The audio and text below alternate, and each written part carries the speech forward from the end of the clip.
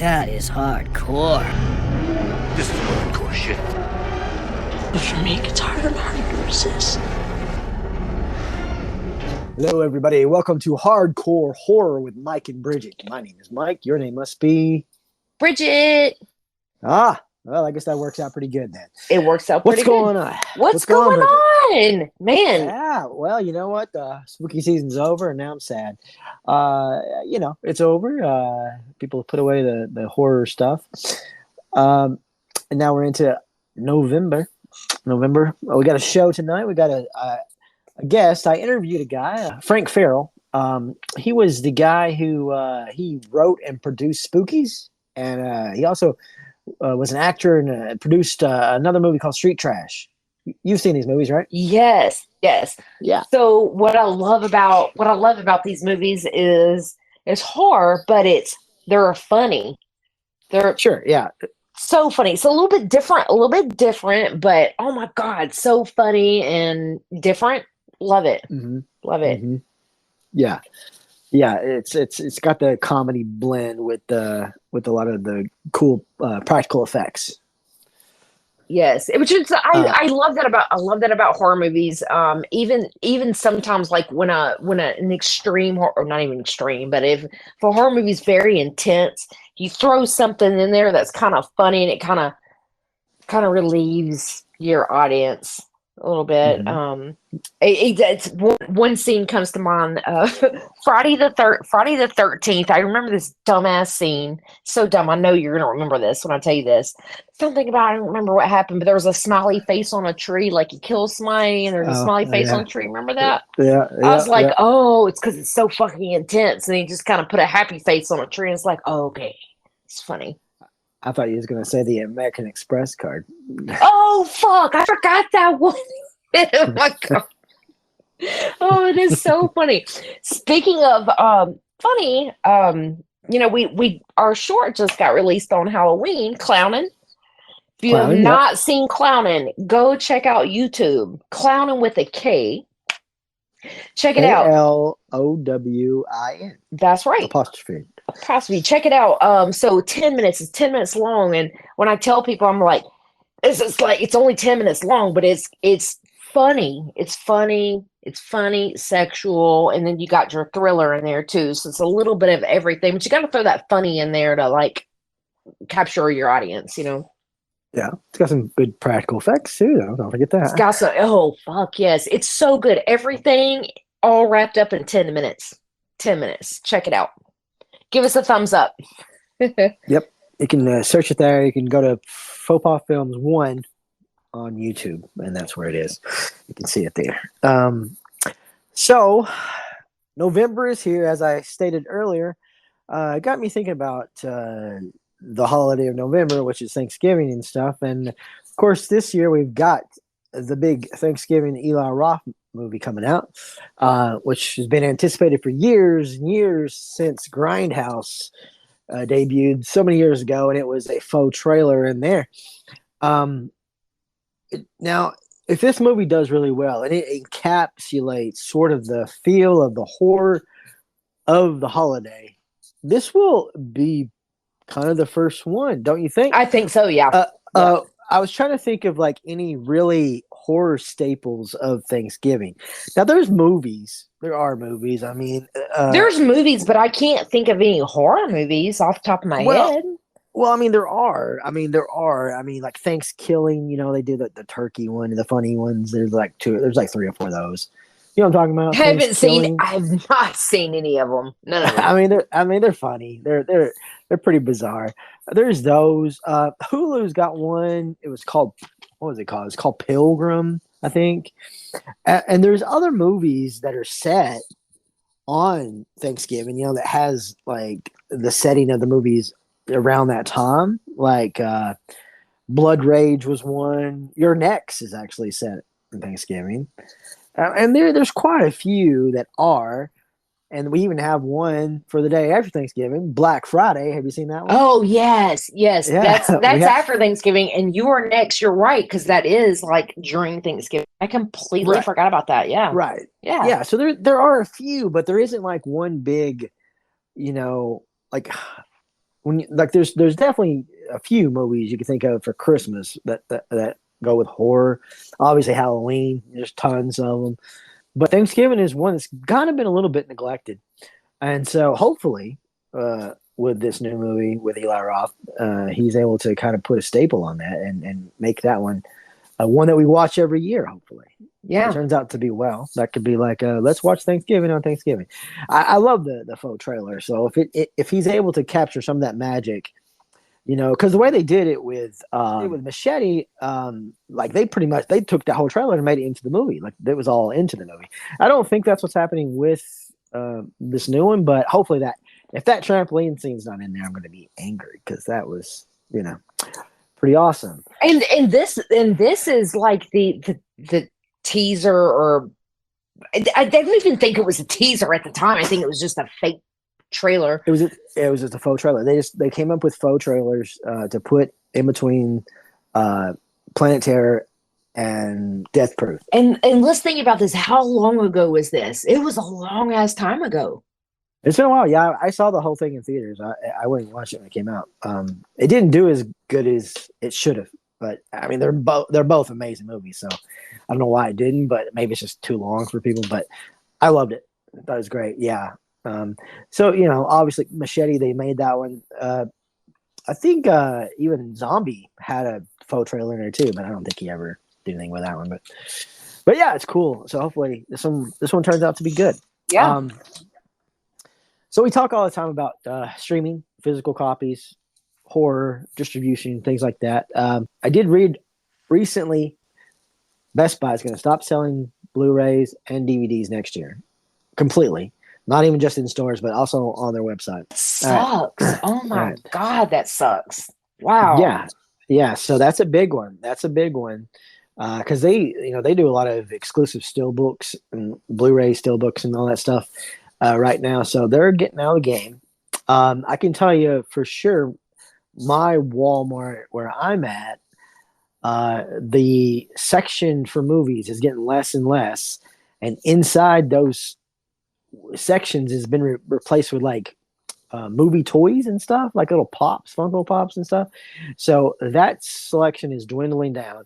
They haven't said that they're stopped doing it, but they're definitely probably going to go that route. I don't see Amazon giving it up. I don't see that because they're not really a store. They're more about, you know what I mean? It's like it's online anyway. So I don't see them giving it up, but I could be wrong. I know, and this is like becoming a thing. So our last I don't remember if we talked about in the last podcast, but Michael Tanner Flynn, if you he's been on the podcast and he's in the short Clowning. But the night we were filming Clowning, him and I and Riff, we all went to Knoxville together to Grindhouse Video.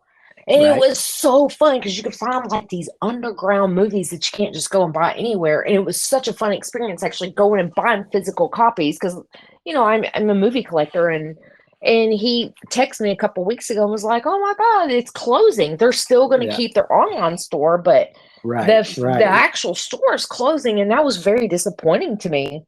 Yeah, and surprising too. It really didn't last that long. It was only down there for a couple of years, I think.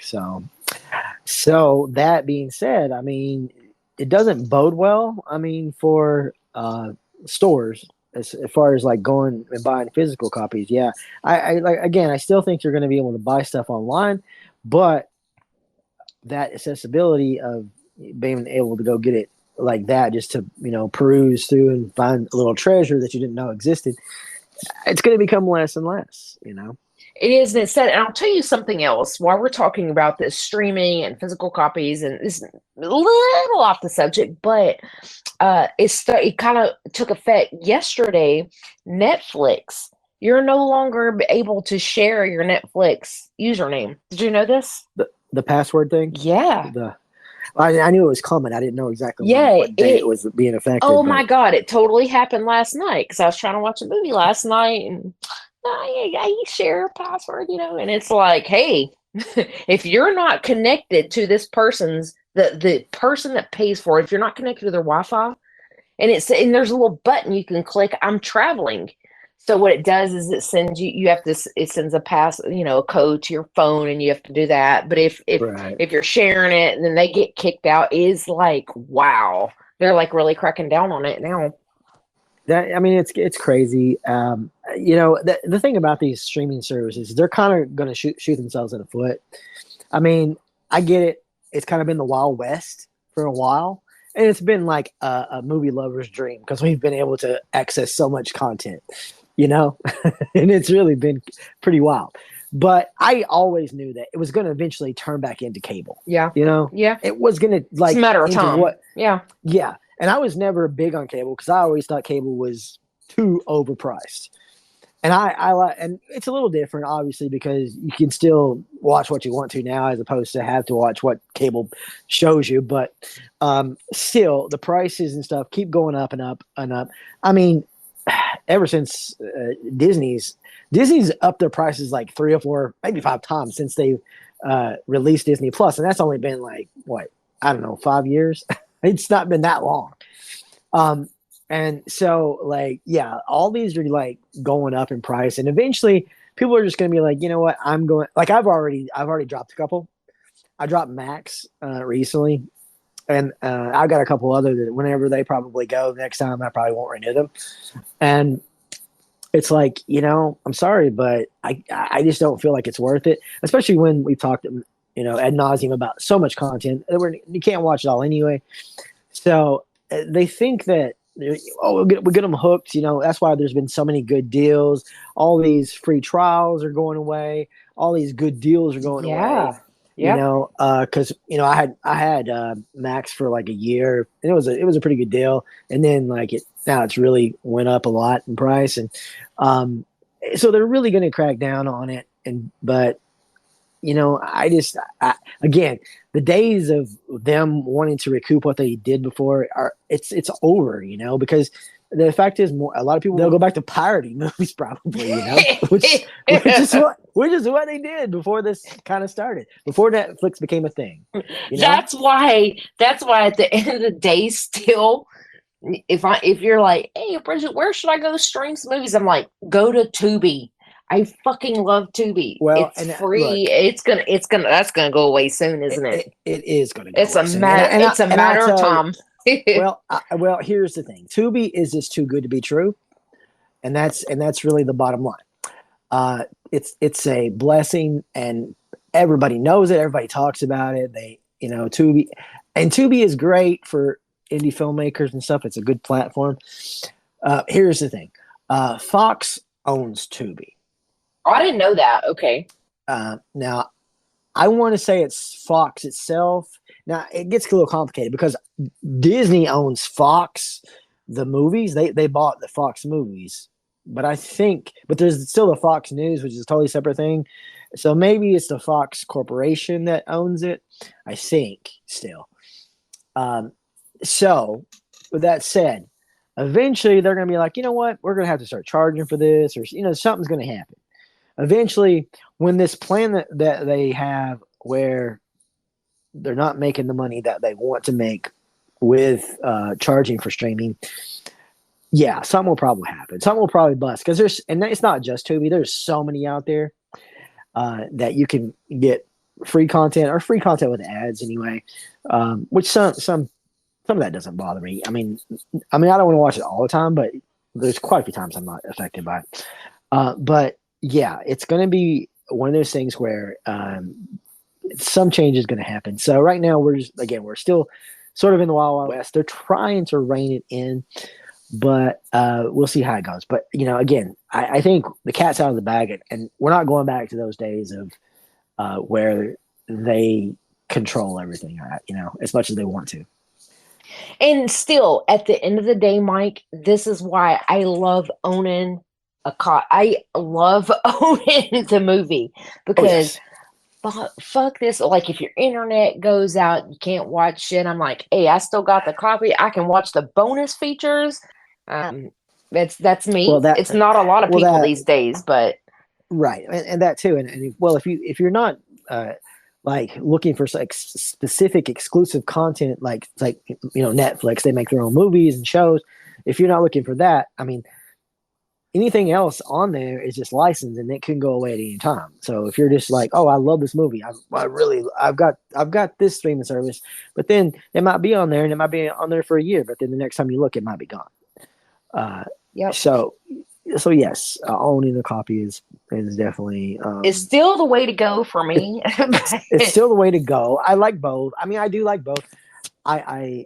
I love physical copies. Streaming's great because I can stream movies, and I'm like, I probably wouldn't have bought this, but I wanted to stream it first and watch it. Yes, and Frank and I talked about this when I did the interview with him about just the amount of stuff that we were able to watch that we would have never been able to watch because it's so hard to find. Streaming has made that available in a lot of ways. There's a lot of things that we would never have been able to see. I know back in the old days of the mom and pop video stores and Blockbuster and stuff, Blockbusters, they had a selection, but they didn't have a lot of stuff, and mom and pop stores for sure didn't. So I mean, you find some cool treasures here and there, but if there was something you were looking for, I mean, especially in a small town like where I'm from, sometimes that wasn't going to be an option for you, Yep. So, but now it is. Now you can find. I mean, there's every now and then I'll find something where I go, I cannot find that thing anywhere. But it's very rare. It's very rare. You always seem. I will say, out of all the people I know, you always seem to find. I'm like, I can't find it anywhere. I can't find this movie anywhere, and you pull this magic trick out of your hat, and you're like, I found it right here. Let me send you a link. I'm like, how the fuck did you find this? So, well, I do like to search the deep corners to find the movies, but yeah, sometimes they're hidden. You just gotta. Hey, and for our listeners out there, if you have a place that you go and stream movies, or you have recommendations, please comment. Let us know. Let us know to check it out for sure. Yeah, absolutely. Speaking of movies, have you watched any? Yes, I've watched a few. So I have a pretty good list. And last movie I'm going to talk about is our extreme movie. So, but let me go through my list because I have a few of them in here. Let me get it pulled up. So bad. I'm like, what if I watched the last couple of weeks? But I have watched a few good ones. Oh, it's after. Okay, so our last podcast was right after Halloween, I think. Right before Halloween. Oh yeah, okay, October 3rd. Oh my gosh, I was like, oh, my list is a little cheesy. My first movie that I have is an oldie. It's one of those what we were just talking about, corny, it's not scary, it's goofy. How in the hell I watched this, I have no idea, but it's Once Bitten. Oh, Jim Carrey. Yeah, that's probably the first movie I ever saw him in. I used to watch. It's funny because I used to watch this as a child, like a little kid. I told you I was watching horror movies when I was like 3, and I was watching this movie, and I hadn't seen it in years. And I was like, there is no way when I was a little kid that I understood what the hell's going on. She had to find a virgin, and they're having sex in the coffin at the end. I was like, there is no way. Like, I can't believe my parents let me watch this shit when I was like 5. Anyways, so I watched that. It's just goofy and funny and silly. But Jennifer's Body, I watched that one. That's a good one. That's a good one. It's Megan Fox, super hot. I do love this movie. I've seen it a few times. I do like it. I thought it was pretty good. Yeah, that's good. So here's one that I'd never seen before. I thought it was a spinoff of Pink Flamingos, but I think it was actually before Pink Flamingos. It's Multiple Maniacs. That's still John Waters, though, right? Yeah, it's John Waters. Yeah. Yeah. Have you seen this one? I've seen parts of it. I don't think I've seen it in its entirety, though. So it's just kind of like Pink Flamingo. I don't know how Pink Flamingo got I think the dog shit eating scene at Pink Flamingo is wild. Do you know I watched that entire fucking movie because I wanted to see that scene, right? Oh, is that right? And I ended up loving the movie, loving it. But the scenes at the very, very end where she actually eats dog shit. And it's funny because you can tell because you like the little face. But Multiple Maniacs is the same character.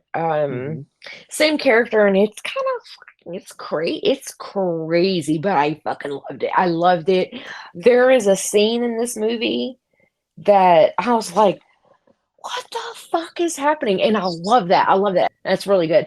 So there's a lobster rape scene in this movie. Oh yeah.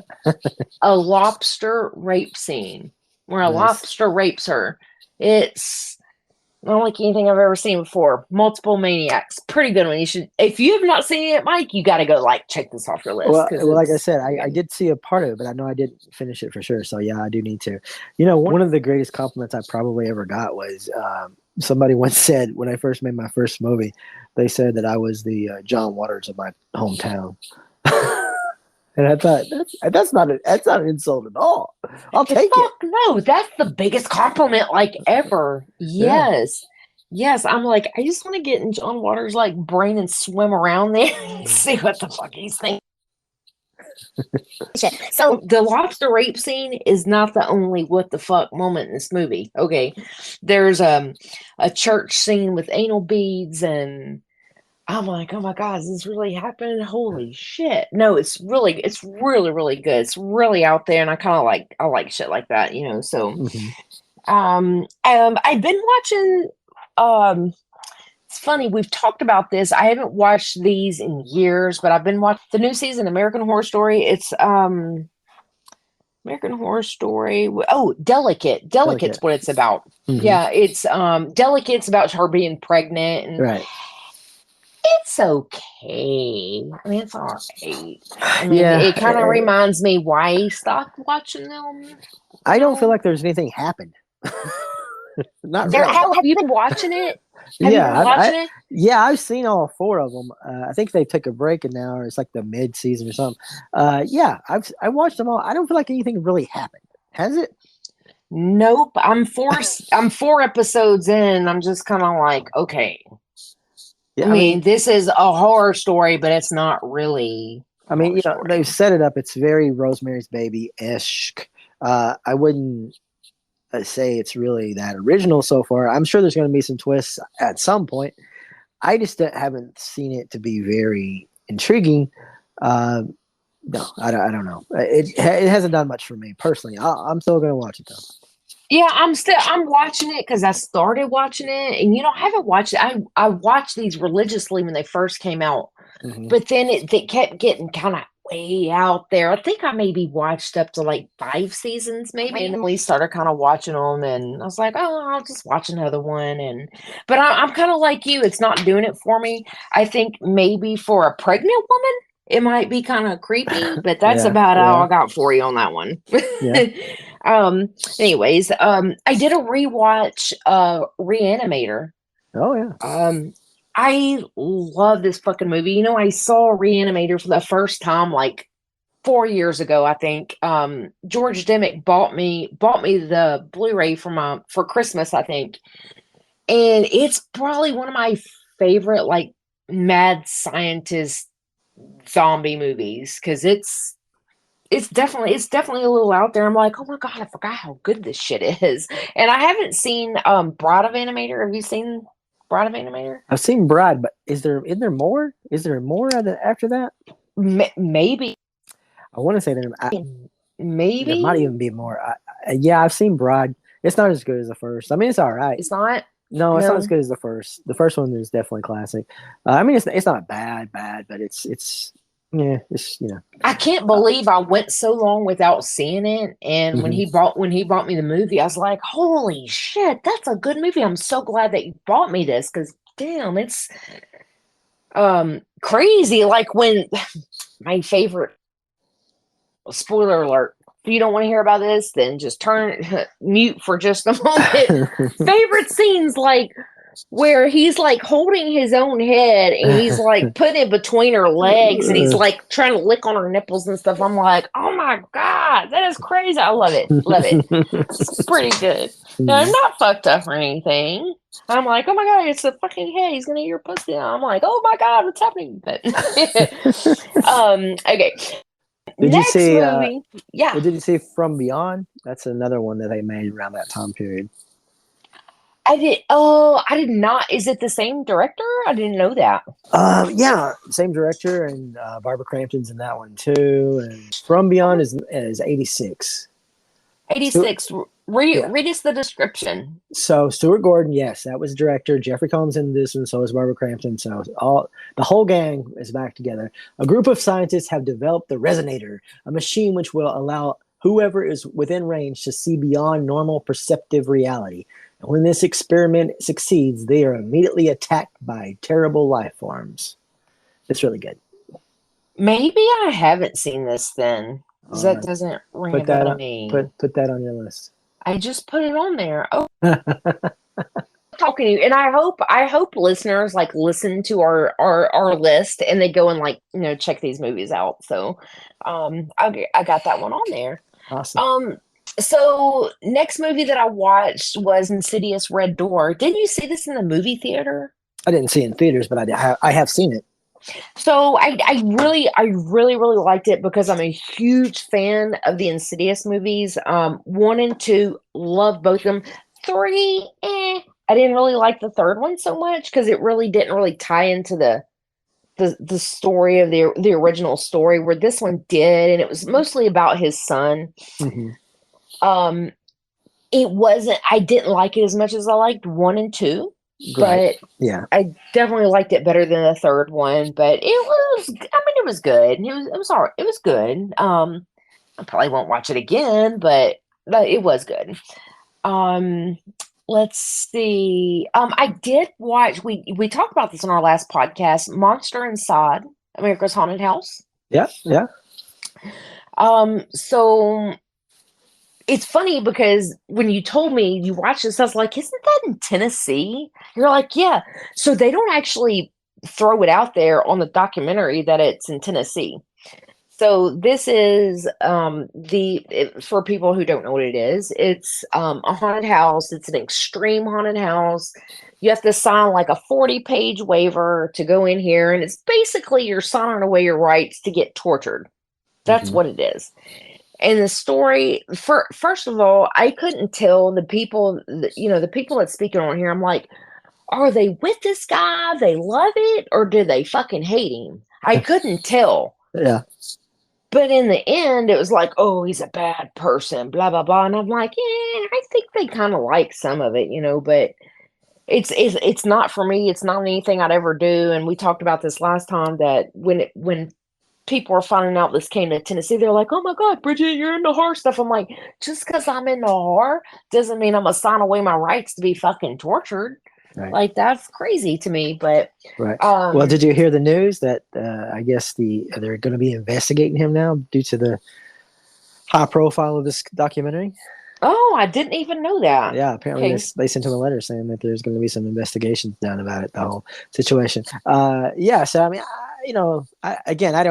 I can't speak for him. I'm not vouching for him or anything, but I do feel like there is enough exposure, and there has been for a while, because I've known about him and his antics for a while, that people should know what they're getting into with the whole thing.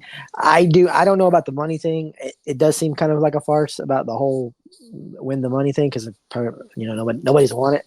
But as far as like setting yourself up for it, I mean, you're signing away. You know what you're getting into. You might not like it. You might not like it. You might not like it afterward, but they're like, everyone told me not to do it, but I still did it anyways. I signed 40 pages. I'm like, motherfucker, you know what you're fucking doing. Everybody told you not to do it. Then you signed your name on 40 fucking pages. So don't be crying and whining to me. Right. And so you get into this whole thing of like, what type of person is going to do this anyway? It's like, what type of person knows what it is and is going to regret it later, but still goes along with it like that. Obviously, and they say that these people go through these mental evaluations to make sure that they're not, ill. But at the same time, it's like, I don't know, because I would be like, I don't want to do this. I thought about it, and I don't want to do it. Yeah. Yeah. I mean, like, it's kind of crazy. I'm like, well, haunts aren't my thing, but that's not even like a haunt.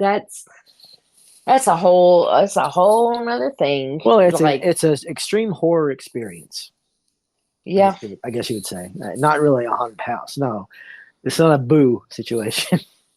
I love extreme horror, but what I watch is not real. It's all entertainment. These people are going and like legitimately having this shit done to them. I'm like, eh. Right. Anyways, I could probably talk about that all night, so I'm gonna move on. Okay. So last thing is our extreme horror movie pick of the couple weeks. And I don't even know if I'm even pronouncing this right. Well, Thanatomorphose. Thanatomorphose. Is that right? Thanatomorphose. Thanatomorphose. I guess. I don't know either. But so that Say sounds that good to 5 times. me. Yeah, so I've had this movie on my list for so fucking long, and I'm so glad that I finally checked it off, but I was a little disappointed with it. So this movie's considered extreme. Am I right? Yes. Right, it's considered extreme. I didn't think it was that extreme. To me, it wasn't. Well, it's just a different kind of extreme, I guess you would say. I think guess it is. I guess everyone's level of extreme is different. I guess. Yeah, for sure. I mean, it is extreme. It's just not, hardcore extreme. I think it is just because of, like, the average person would watch this and be like, "Oh gosh, no." Yeah. Oh yeah. I guess I'm desensitized. Oh my God, this sounds so bad. No, but there was a couple things in here I loved. A couple things, and I don't want to give it away for anyone, but I will give a couple shout outs. One, the longest blowjob scene ever. Yeah. And it was pretty disgusting. I mean, it was pretty gross. It was so long. I was like, "Oh my God, it's still going. It's still happening. Mm-hmm. Wow, longest blowjob scene ever." Yeah. So there were some weird little skits in between. I don't even know what you call these. I kind of like it though. I don't know, what do you call those? Like when there's like these weird that has nothing to do with the fucking movie. It's like a weird skit right in the middle of it. It's kind of like flashes, like little MTV flashes or something almost. It's like it's sort of Jalo-esque with the colors and stuff.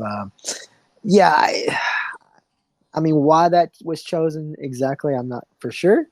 Maybe it's just to break it up a little bit. It threw me off a little bit, but I'm not going to say that I hated it because I was like, "What the fuck is?" I love the what the fuck is this? Like, and it's like the surgical scenes and the guys, you've seen the guys in the cages, but right. I will say one of my favorite things about this movie was the special effects.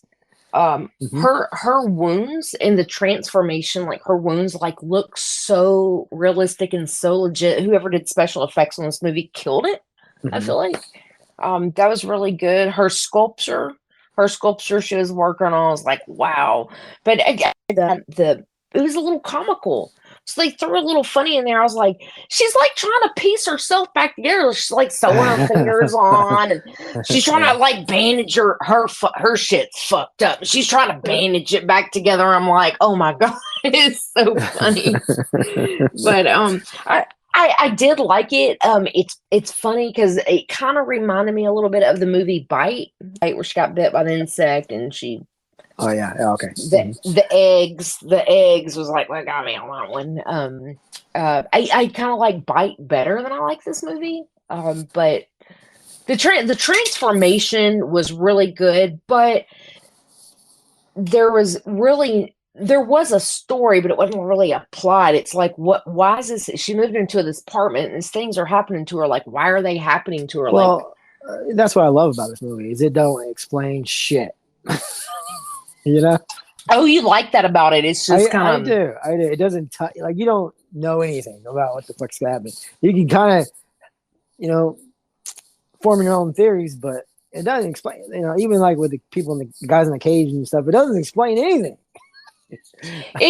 What I do like about that though is I'm like, oh, you like that, but I kept thinking all this shit in my head going, well, it's because of this and it's because of this. So I kind of made my own little story in my head why these things were happening. So I kind of do like that about it, but it is a great movie. I definitely recommend it. I loved it. I wouldn't recommend it for everyone. Well, if you're listening to this podcast, I mean, we are hardcore. If you want a little extreme in your life, you can go check this movie out. So, yeah. I mean, if you want a very A to B plot movie, Hollywood ending, this is not a movie for you at all.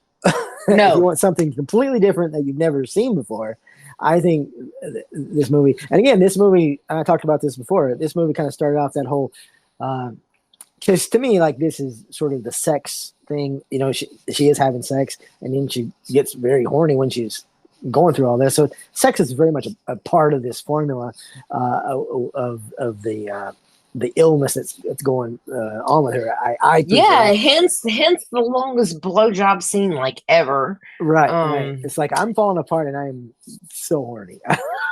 Yeah, yes, and she's okay, all right. She's masturbating, and what she's thinking about, it's kind of like, what the fuck? What she's thinking about, and I'm like, oh my god, she's mad. She's rubbing her clit and thinking about this most horrific shit, and her body's like all, she's rotting away. It's kind of crazy, but I would recommend it. No, I wouldn't recommend it for everyone, but if you're listening to this podcast, then it might be a movie for you. So, that's my list. So again, well, if you saw the movie Contracted, which is the American, to me, it's sort of the American version of this, and you like that one, you'll probably like this one better. Even again, it doesn't have the plot points that Contracted does. I mean, Contracted tells you exactly why it's happening and everything, you know, and there's a lot more of a story to it. But this is just a weird movie. It's really weird. I mean, you know, it's, what is it, French? It's French, right? It's a French movie. So I have a question for you. So is this movie in a different language? Is it subtitles? And it was what I watched was dubbed? Yes, and on the DVD it's dubbed. It is a French movie. Yeah. Oh, well, I thought it was a really good. I thought it was a really good version. I was like, oh, this is really good. It's dubbed. It was really, really good. I would totally watch the subtitles. Again, there's not a lot of talking in the movie. You don't need to hear a lot of talking. You just need to visually watch what's happening. But it's a very long process of transformation of her body rotting away. It's the entire movie, and it's really good how it kind of starts off with just her having a couple bruises, and then at the very end, she just withers away to like nothing. It's right. I thought it was really good though. That was good. I mean, I didn't like it as, I think I had too high of expectations going in. That happens sometimes, yeah. And I watched it, and I think when it came out, I had no idea what it was, and I was like, whoa, what the hell? Oh, gotcha. Okay, so I knew what I was watching, and I was like, I hate when I do that to myself. Like I'm like, oh, I've been waiting for this movie to come out forever, and I'm like, that's it. What a disappointment. I hate that. I hate when I do that to myself. I set myself up for that. So right. So what about you? Always have like a crazy fun list. So what have you been watching? A few things. I actually don't have a big list, to be honest. Maybe had a little bit of a burnout because of October was just inundated with so much new stuff. I didn't even get to watch half of the stuff I usually watch or want to watch. I did end up watching a few things. I did end up on Halloween, or right at Halloween, watch Trick or Treat and Halloween 1 and 2, the originals. I watched those. Did a rewatch of Mr. Boogedy and Bride of Boogedy. Have you ever seen those? Those are like I don't Disney. think so. It's Disney horror, little Disney horror stuff. I like it. It's just fun. I mean, if you're in the mood for PG horror, that kind of stuff. Hey, sometimes those are good to watch though. Yeah. Yeah. I think so. Did a watch of a little movie called When Evil Lurks. Have you heard of this one? Oh my God. I've been wanting to watch this. Is it as good as what everyone says it is? I don't know what people are saying, but I think it's pretty good. Yeah, I like it. So I've read a lot of things about it, and it's supposed to be like one of the top horror films of 2023, supposedly. And Yeah, where I did- would say that it's up there. Yeah, it's an Argentina movie. It's in Spanish, but Yeah. so it's sort of like it's a movie about this more primitive culture where they're like definitely more like used to like supernatural, or like the whole culture is they believe in like myths and stuff, like folklore and all that. Yeah. So like there's like this whole town, and like there's like this, it's about being like possessed and stuff, which I mean, like it's kind of a possession movie. I guess you would say it is a possession movie. This is what The Exorcist Believer probably should have been. So maybe. Okay. Okay. So in a remote village, two brothers find a demon infected man just about to give birth to evil itself. They decide to get rid of the body, only to end up unintentionally spreading chaos. So this entity sort of it just kind of goes from one person to another, and when it infects them, it makes them do pretty crazy stuff. But like the whole town is kind of like just hey, we believe in this stuff. They're very they believe in the supernatural. So there's a lot of good scenes in here. A lot of good scenes. If you saw the poster, the axe scene is pretty wild. Mm-hmm. I would. Did you watch this Halloween weekend? Is that when you? I watched it right after Halloween. Yeah. It was right after Halloween. So when I heard about it, it was still at the theater, and it was like coming where you could stream it out on I think October 27th. But there's a lot of hype about this movie, mm-hmm. and I've not read anything bad about it. So, but you know me, I want to watch the movie for myself. So I'm really looking forward to this one. Yeah, there's some good gore and stuff, so it's on Shudder. You should check it out. It's funny because I had no idea it was an Argentina movie. Mm-hmm. No idea. So that should tell you something right there. I mean, mm-hmm. Up next was a little movie called A Haunting in Venice. This is those movies like A Murder on the Orient Express and Death on the Nile. Did you watch any of those movies? The whodunit murder mysteries? I don't think so. No, this probably won't be for you then. This is essentially part 3 of that. It's kind of like Agatha Christie stuff, murder mysteries. Do you know what I think of when you say that? I think about House of a Thousand Corpses when he's pouring the cereal and it says Agatha Crispies on the cereal box. Have you ever noticed that? Ever? Yeah, I know what you're talking about.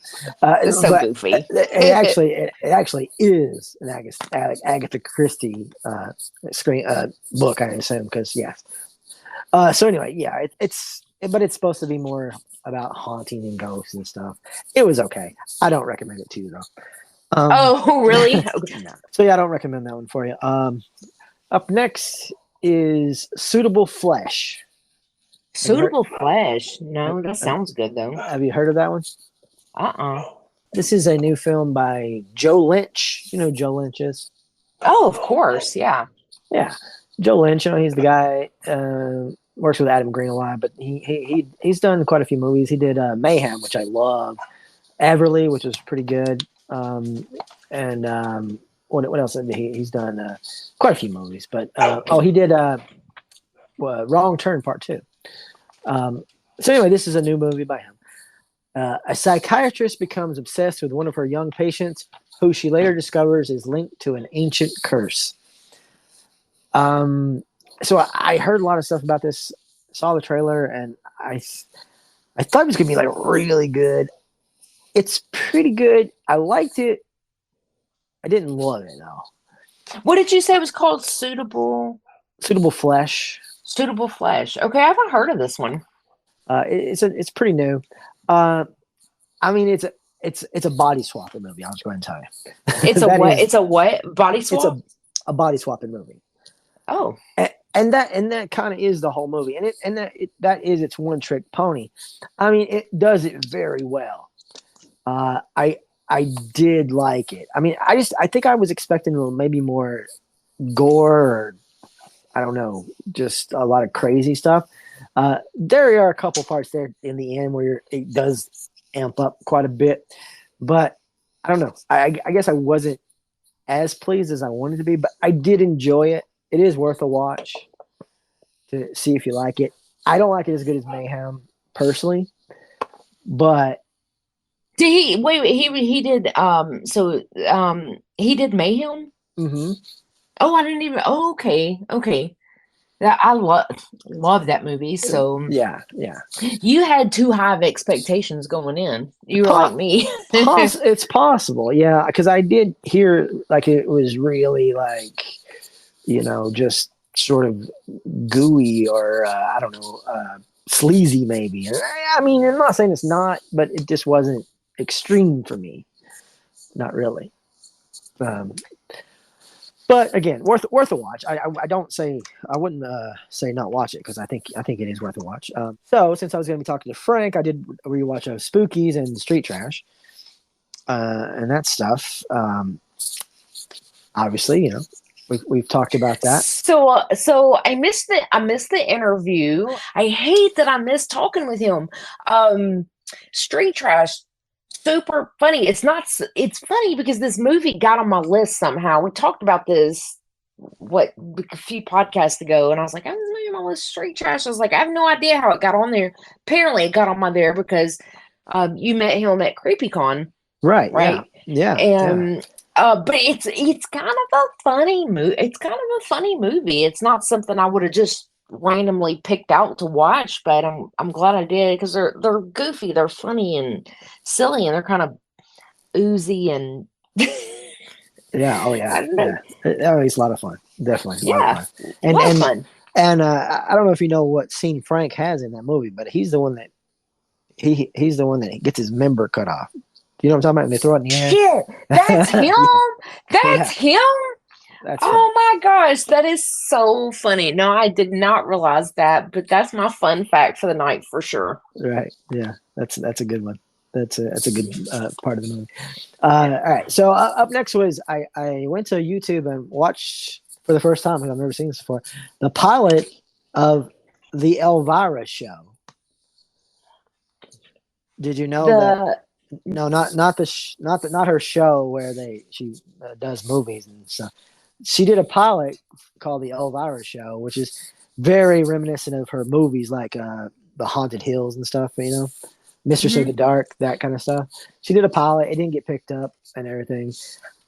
I can kind of see why. It's not great. I mean, it has her brand of humor in it, but I could see why it didn't get picked up. But yeah, is she actually starring it though? She's starring it? No, yeah. It's just like, again, it's her same brand of comedy and everything, So I mean, worth a watch if you are a fan of her and want to check it out if you've seen her movies. But it's her today, right? No. They did this in 1993. Did a pilot.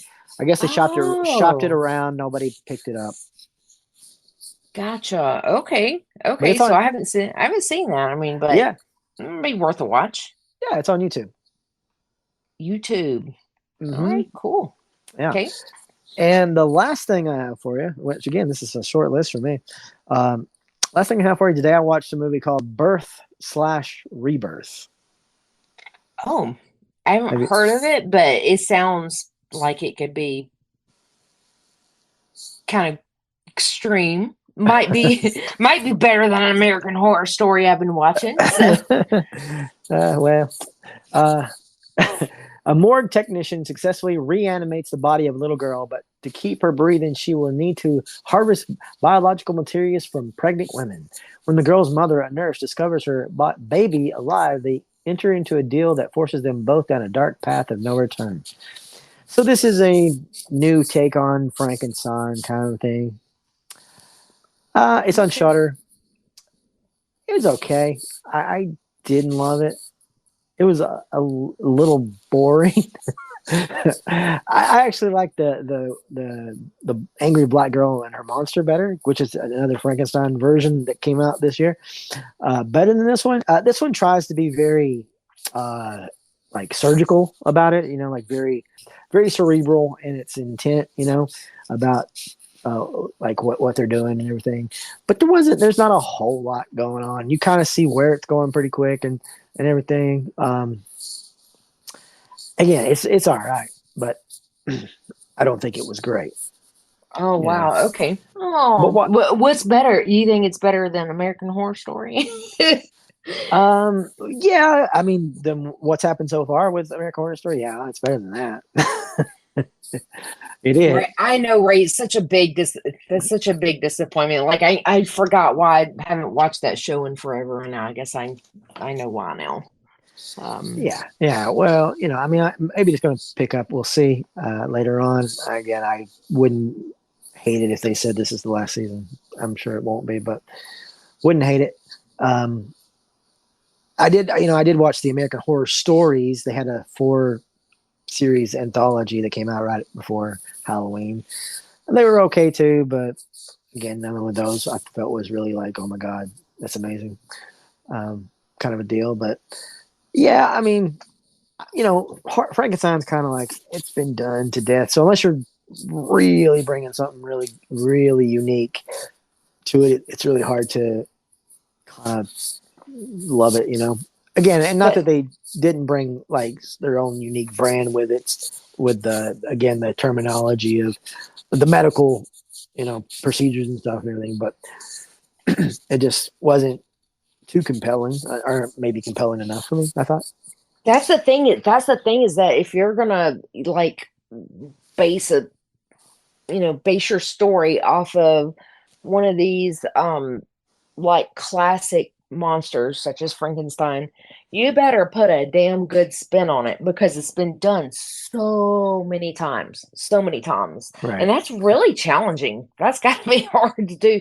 I mean, you take do a Dracula movie, and God, it's been done like so many times. Like, Yeah. you've really got to put a damn good spin on it for it to be a good movie. So those are hard to do. I mean, kudos to people that try. So that's got to be tough. Yeah. Yeah, for sure. Well, all right. That's all I got. So you want to listen to this interview I did with Frank? Yeah. Yes. I'm excited about it. Let's hear it. Okay, cool. Let's hear it.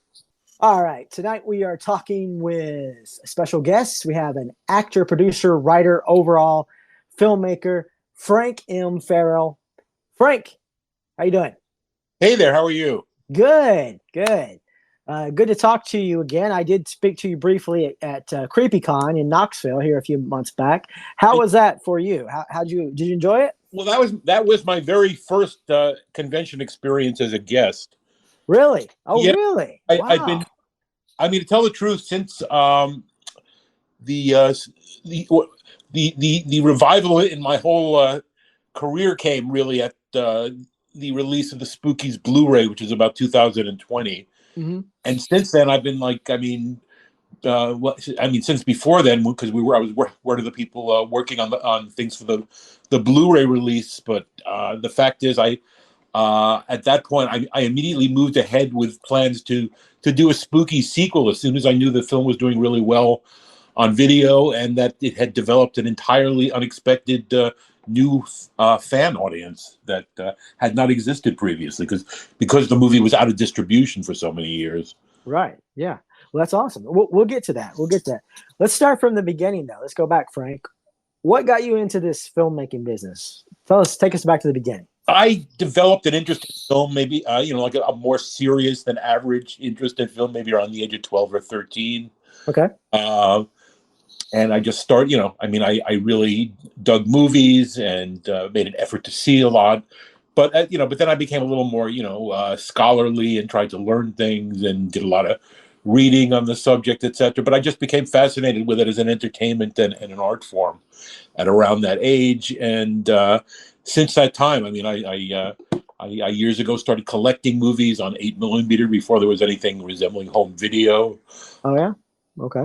Yeah, and then I started, as soon as I could, I started trying to make movies. I was fortunate enough to have a high school that offered a filmmaking course. Oh wow, that's awesome. And Yeah.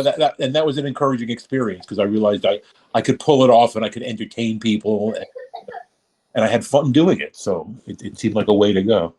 Yeah, yeah, that's great. So now you went from making your own movies to where did that transition happen? Where you started to get into bigger indie projects or other projects? From the age of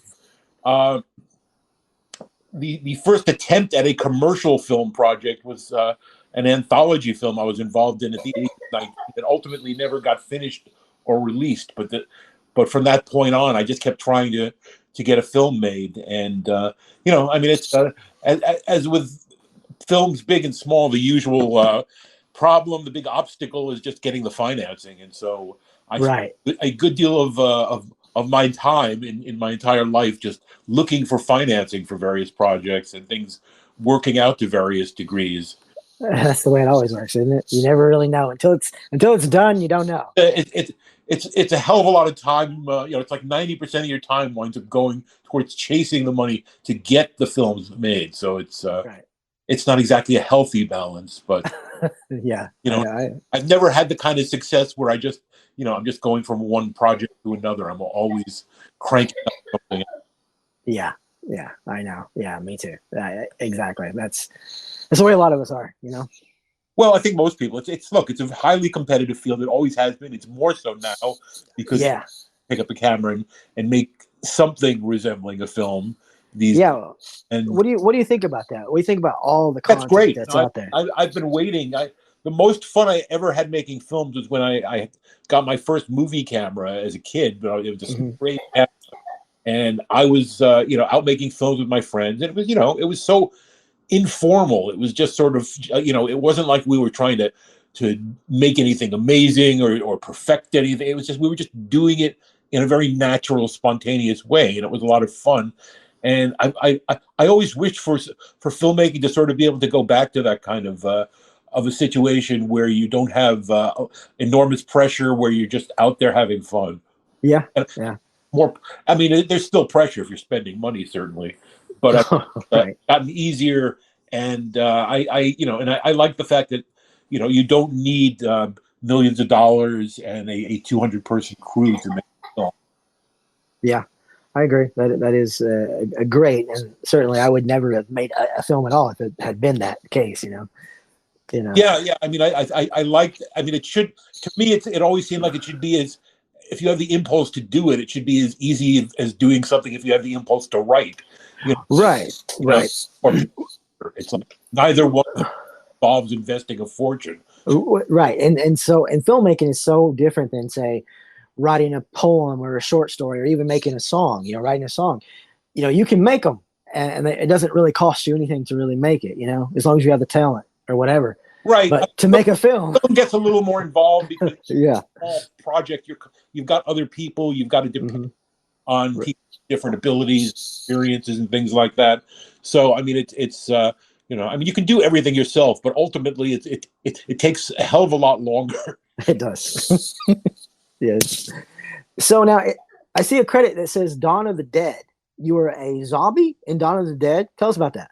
I got word that they were doing the sequel to Night of the Living Dead in Monroeville in Pennsylvania, and drove there in a raging blizzard and had a great time. I hung out and talked at length with George Romero and Tom Savini and the whole cast, and all. I mean, this was before Romero really became as well known as he eventually did become. I mean, he was known for Night of the Living Dead, but he was mostly known by horror fans. And then Dawn of the Dead was like a worldwide phenomenon. Right. Yeah. So that had to been great.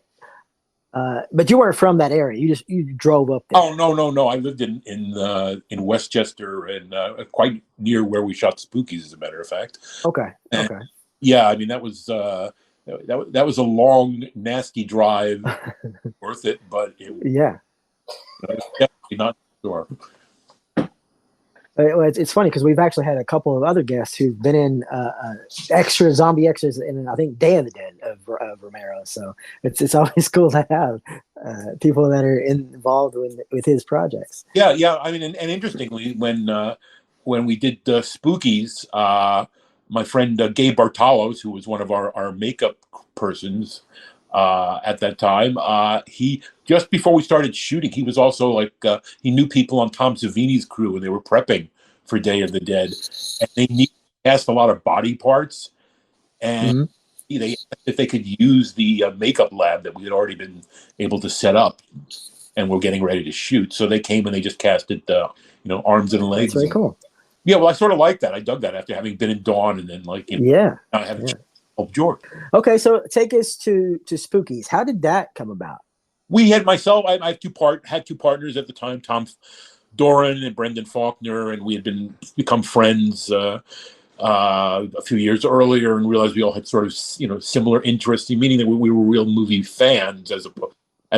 Some people get into filmmaking simply because I think they see it as kind of a fun, glamorous thing to do. Sure. I think anybody who's actually made a film generally will tell you it's not all that glamorous. It's not, no, not at all. It's fun, but not glamorous. Trying to get a project together for years. We started a couple of features and shot some promo reels and things like that, and we were still shooting one when we were contacted by somebody who in England looking for a film. They wanted to make a horror film. They distributed horror in the 80s in the UK, and so they attempted to find somebody who could make a film for them and sell themselves. And they ultimately, we had a project we wanted to do, but this person had their own idea of a project they wanted, and so that's essentially how we made Spookies. In other words, he wanted a film very much like The Evil Dead, with a bunch of people in a house and monsters and ghosts and all this other stuff. And so, we did it. I don't know how much you know about the infamous making of the film, but there was quite a lot of nonsense that went on. Oh, really? Oh, well, yeah. I should have recommended that you. There's the document. We did an award-winning documentary that's part of our Blu-ray package about the making of the film, which was kind of unusual.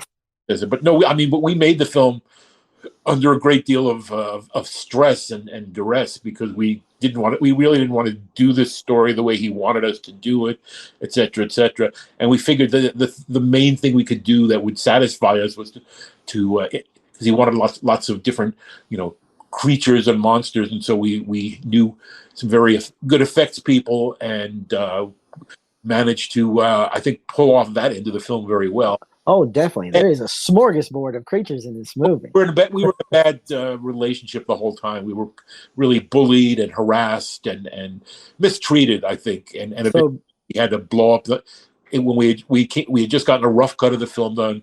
And we had an argument in the cutting room, and that led to us walking off the movie, which is the last thing we actually wanted to do. Okay, so you walked off the movie. At what point? He found he needed somebody to finish cutting it. Okay, and he wound up connecting with a woman who was a pornographer, who somehow convinced him to throw away half the footage and shoot new scenes with new characters that she would direct. And I think she did this exclusively for the ability to claim a directing credit. So, tragedy was like that none of us were happy with.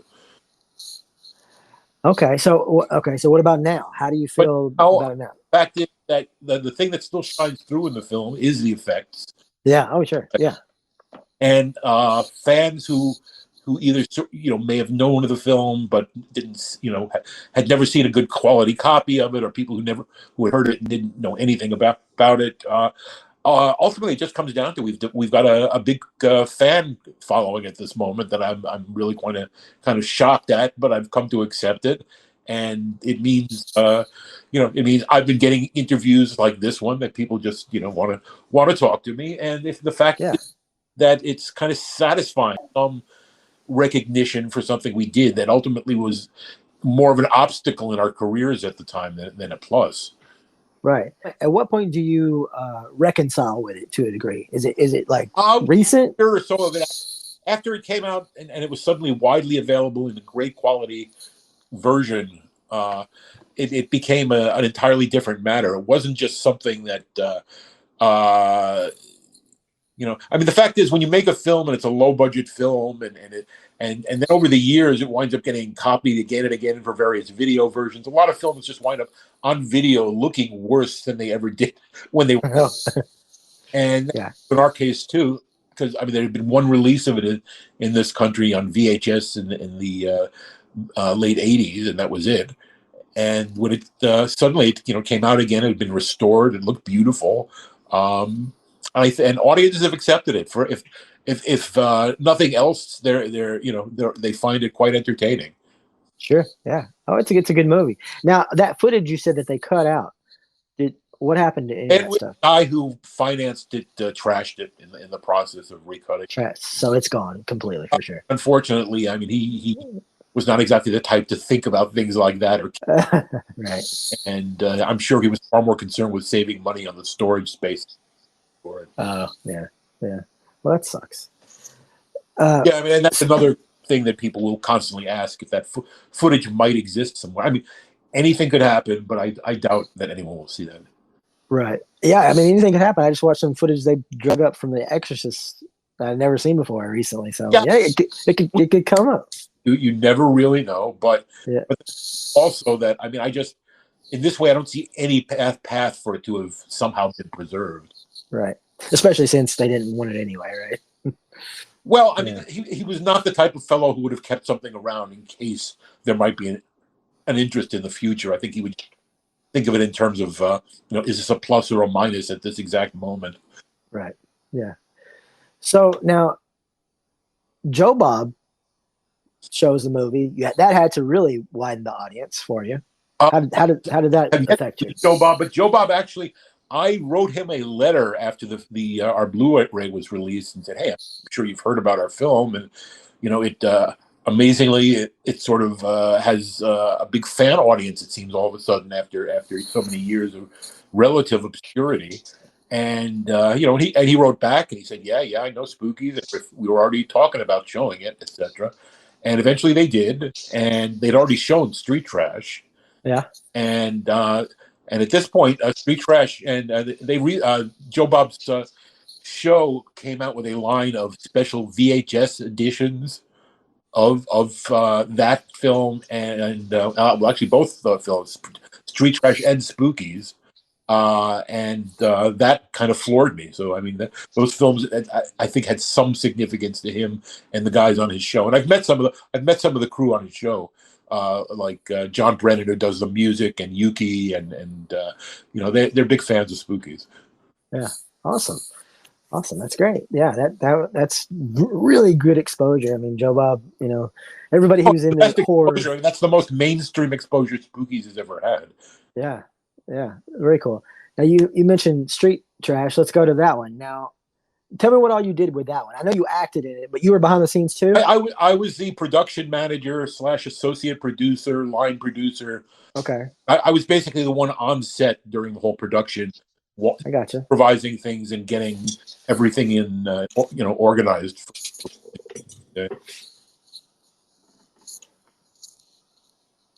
Yeah.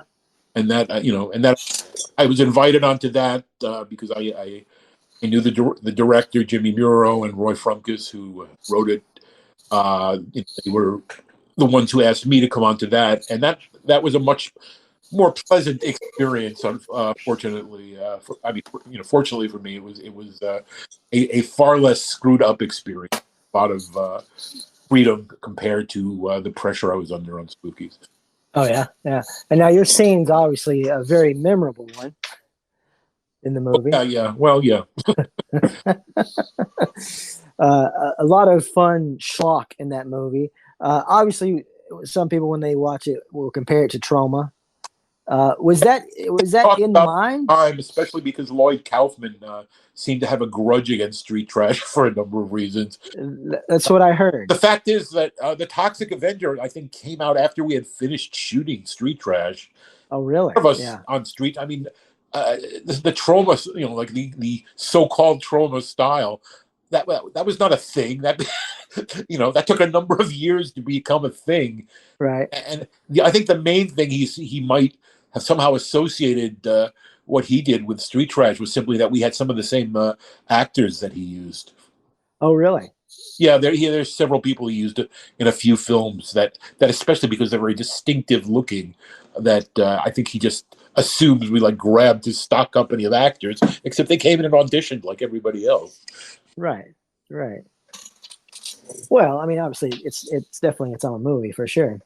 So now, you said you were thinking about doing a sequel to Spookies. Yeah, I'm hoping that things are going to start to come to life with that this year. I've got everything together to begin looking for the financing, and I think that things.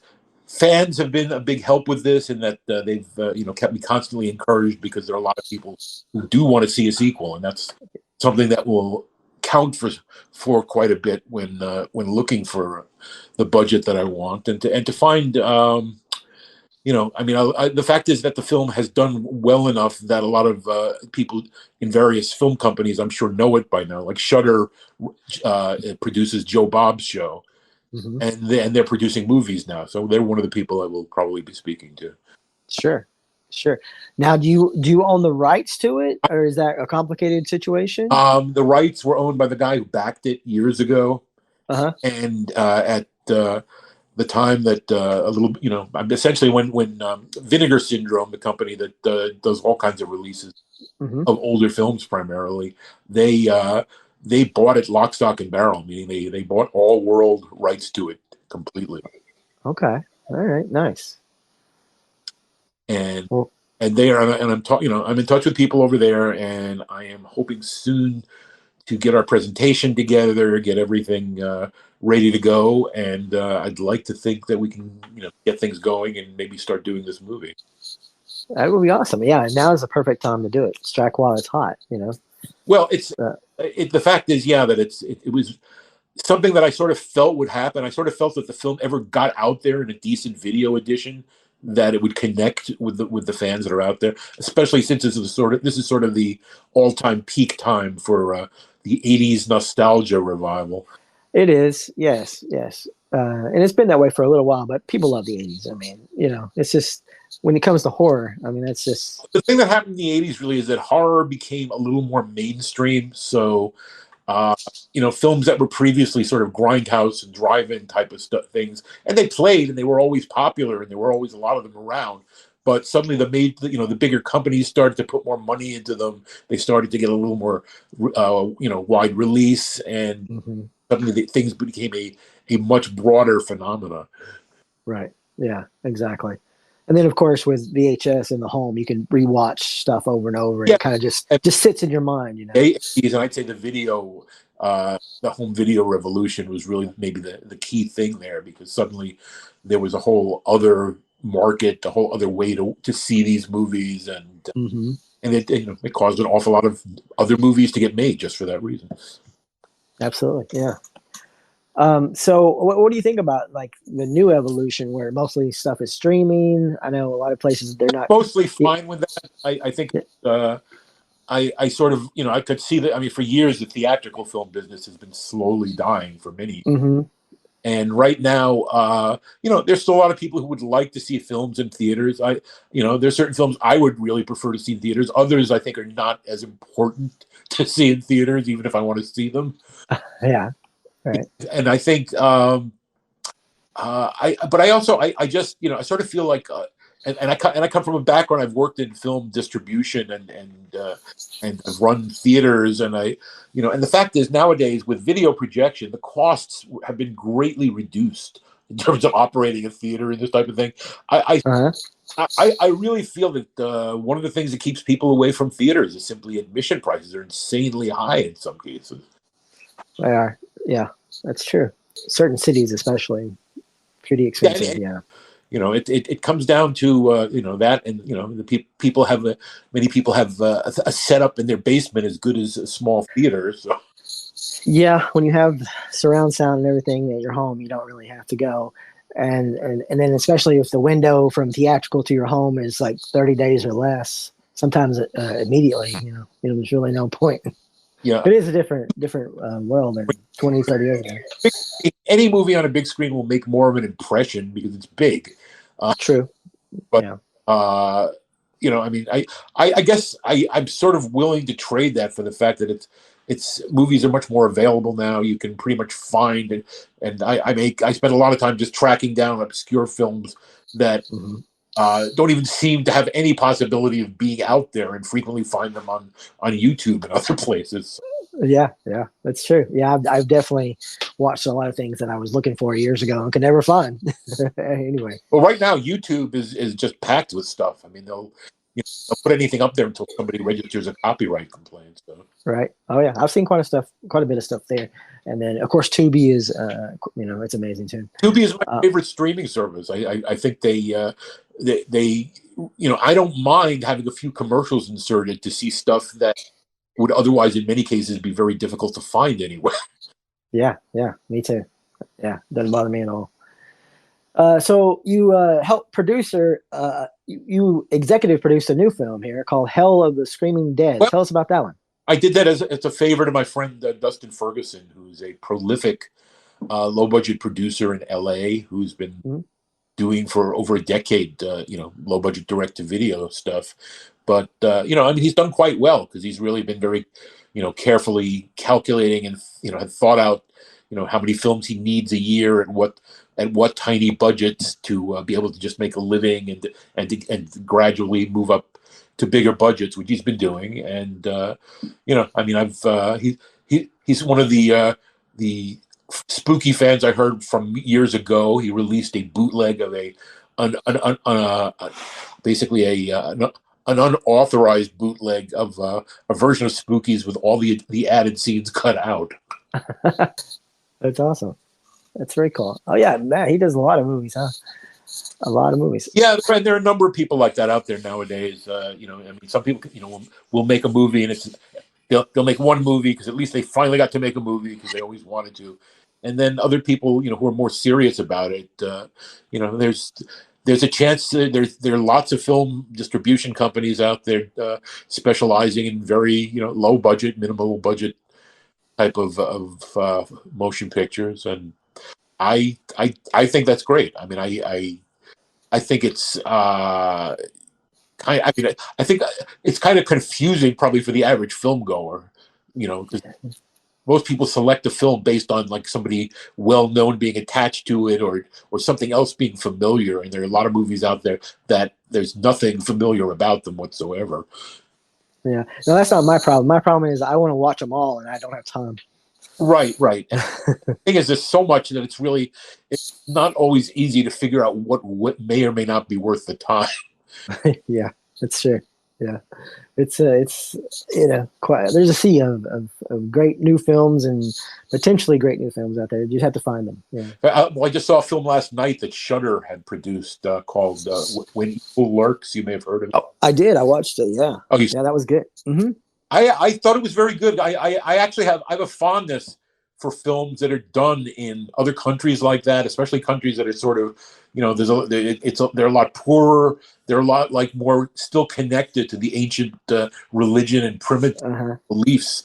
And it's like, and what I liked about that movie is they're doing all this, and it's not presented like it's some like wild, fantastic, unbelievable supernatural event. It's all right. Like it's something they're very familiar with, and they're just like trying to get away from it. Yeah, I agree. Yeah, it totally was just a part of their culture. Yeah, some great scenes there, especially with the axe. Good stuff.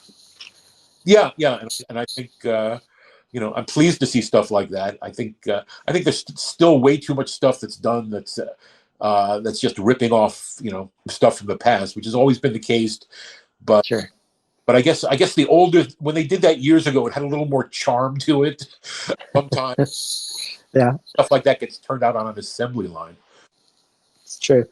Now, did you ever write any other screenplays besides Spookies? Would you try to get anything else going? I wrote the screenplay for the Spookies sequel. Well, right, but I mean, anything else in between those two? Were you working on any other movies from that aspect? I sold scripts. I optioned scripts. I had any number of almost things happen. I continued to work for years with one of my Spookies partners, Tom Doran, and we wrote scripts together.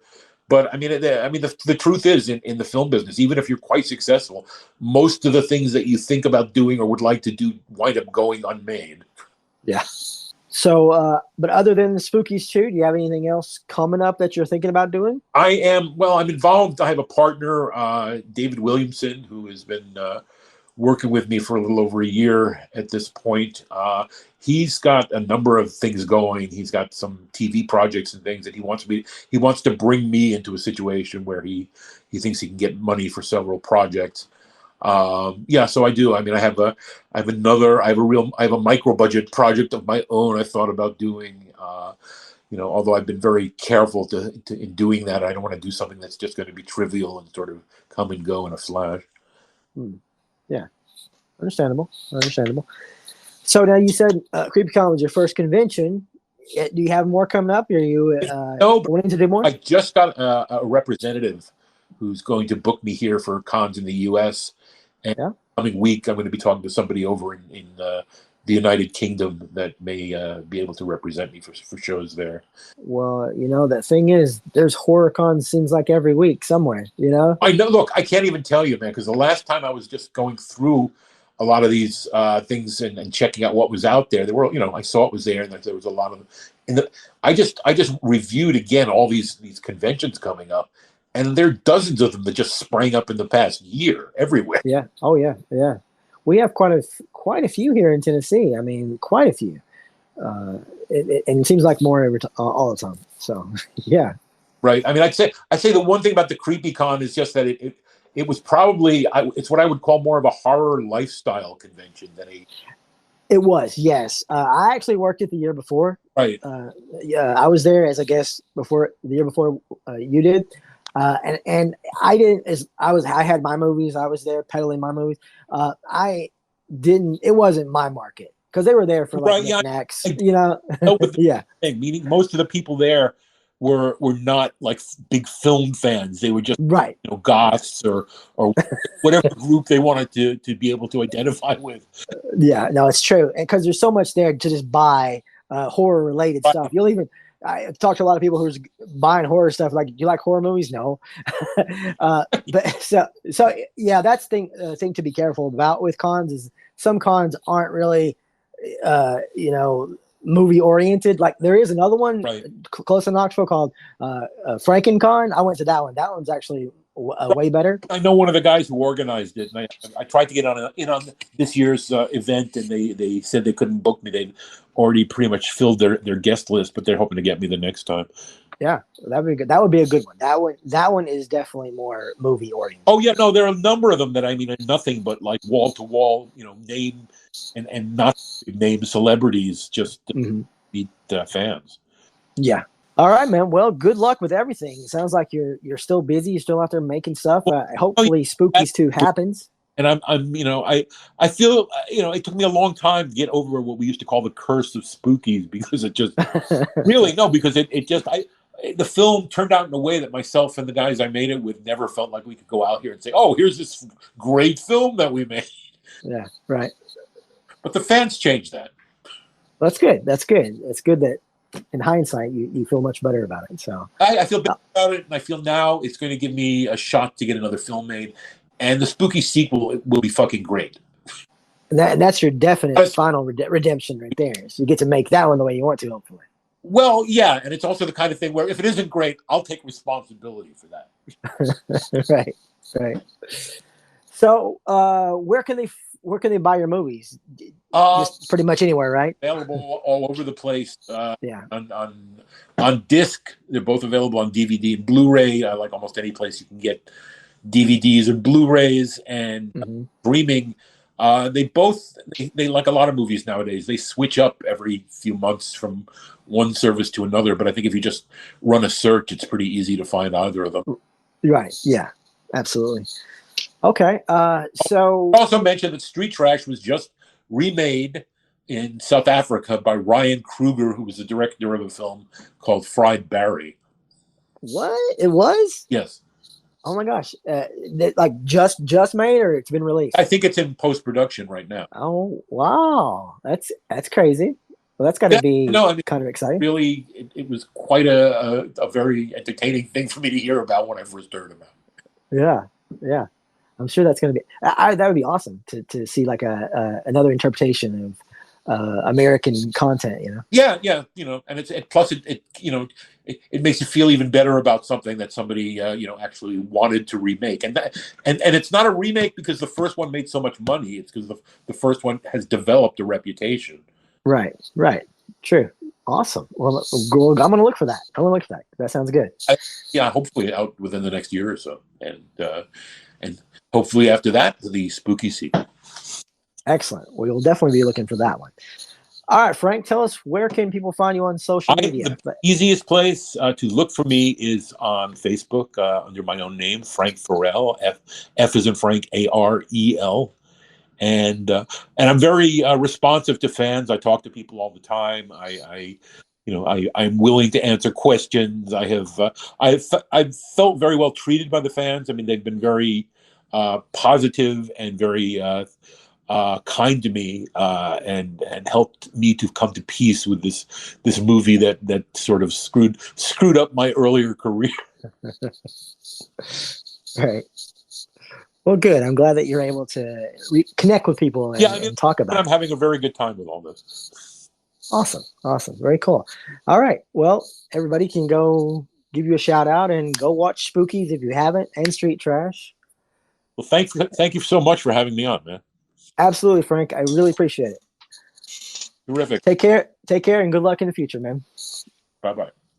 All right. Frank Farel. There you Frank go. Farel. Yeah. Pretty cool, huh? All right. Yeah, pretty cool. Yeah. I hate that I miss talking to him, but damn, he's cool. He's got a lot of things going on, and yeah, hopefully we get to see Spookies 2 eventually. That's going to be pretty cool. Yeah, awesome. Yeah. Awesome. So we have to pick an extreme movie. Okay. And do you have anything? Well, I have some movies on my list. So I put movies on my list all the time. Sometimes I'm like, I probably need to put me like a whole section for just extreme. Let's watch 964 Pinocchio. 964 Pinocchio. It's one of these movies that I've had on my list forever. Extremely hard to find, but it's supposed to be the most fucked up version of Pinocchio out there. So we'll see. We'll see. Aren't all Pinocchio versions fucked up? Oh my God. All right. Yeah. Sounds Stay good. tuned. All right. We'll check it out and see how hardcore it is. Let's see how hardcore Pinocchio can really be. All right. Sounds good. All right. Pinocchio's creepy anyways. Yeah, that's true. It's true. He is creepy. And, and to put him in that context, it sounds like a recipe for some fun horror. Some hardcore. So until next time, stay hardcore. Stay hardcore. All right. Till next time.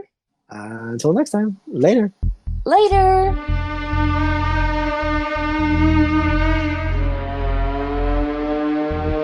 Wow. That's hardcore. Nothing harder. Hardcore Horror with Mike and Bridget is a part of the Tennessee Horror Podcast Network.